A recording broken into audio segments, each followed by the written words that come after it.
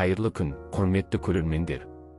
Өзекті оқиғалар мен іскерлік жаңалықтар әлеміне бірге енейік.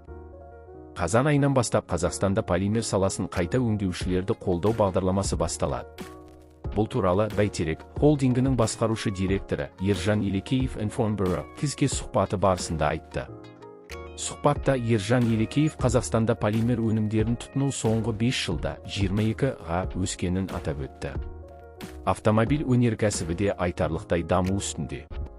Алдағы жылдары автомобиль өндірісі 440 мың бірлікке дейін өсуі мүмкін. Бұл полимер өнімдерін қосалғанда бөлшектерге сұраныс тудырады.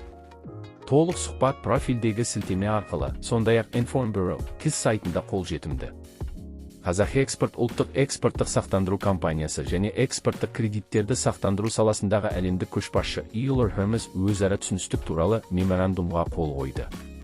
Бұл ынтымақтастық Қазақстан мен Германия арасындағы сауданы қолдауға, сондай-ақ озық тәжірибе мен ақпарат алмасуға бағытталған.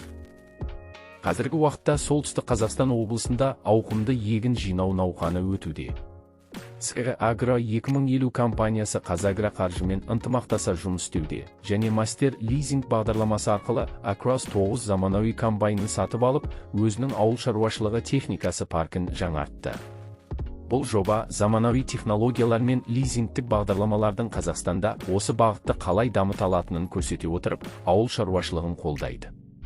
Ресми әлеуметтік желілердегі соңғы жаңартулар мен қызықты материалдарды қадағалап отыруды ұмытпаңыз. Кездескенше күн жақсы, қымбатты достар.